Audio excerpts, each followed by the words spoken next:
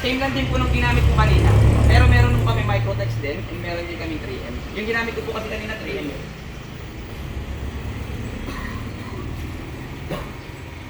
Ito, kumuha kayo dito. Oo, gamitin mo pang ano, pang may date. Mag-ilog ka, akala mo makakapagin ko.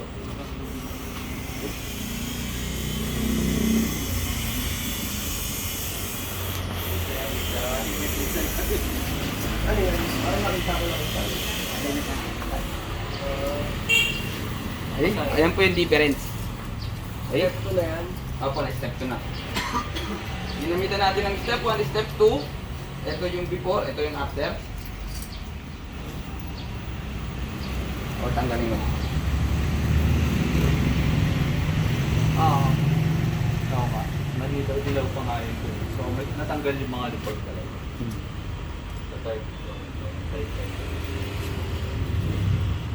Ayos. Yan po yung difference mo. Pag pinalis mo. So, estimated mo mga ilang, sa isang ganito, ilang kotse pwede ko paggamitan? Kaya sir ng dalawa. Depende sa ano depende sa kondisyon. Halimbawa, sobrang dami ng gas-gas. Kasya siya sa isa. Pero kung halimbawa ganito, o konti lang, ganyan po. Parang sinabi ko kay sir, 10 to 30 grams, kaya niya na mapakintab to. 13 panels to, sobra-sobra po siya. Parang papalagay na natin nasa 450 grams or 500. ML ba pinag-usapan natin? O kahit ML Grams. din po, ganun din po. Opo. So, 30 to 40. Opo.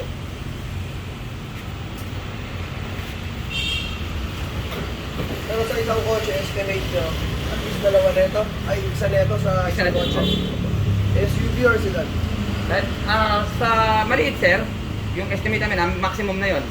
Yung kagaya ng Wigo, kasya na siya. May sasobra sa kanya konti. Isang ganito? Opo. Depende sa sobrang dumi Pag sobrang dami ng gas-gas.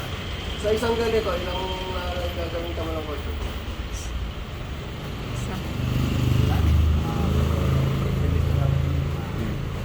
Walang depende. Matagal mo, boss. Opo. Depende sa kondisyon. Pag halimbawa may pinagawa sa inyo newly repainted, pag nilihan nyo kasi sir, yung pinagkaiba nun, mas marami kayong magagamit.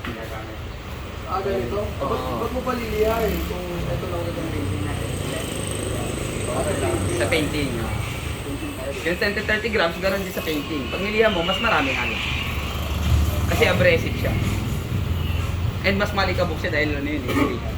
Which one ang mas maraming ginagamit dito? Yung step 1 po. 5973 po. Opo. So kung ito, estimate ko mga isa, dalawa. Ito abot ng tatlo. Parang ganun. May gito po. May gito lang. Konti lang sir eh. Hindi na kayo mag-i-step. Yung ganito sir, halimbawa, sample ako kayo. Ito, kaya na yan. Ng kalahat, kahit mga 3/4 or kalahati kaya. 3/4. Oh, pag ganito kondisyon ng sasakyan. Okay. Okay? Sobra-sobra pa yung kalahati dyan. Okay, pag ganito ang kondisyon. Pag ganito ang ano po pero pag halimbawa ganito, medyo may hirap. Mas marami kayong magagamit. Okay. So ano na sunod natin? Okay?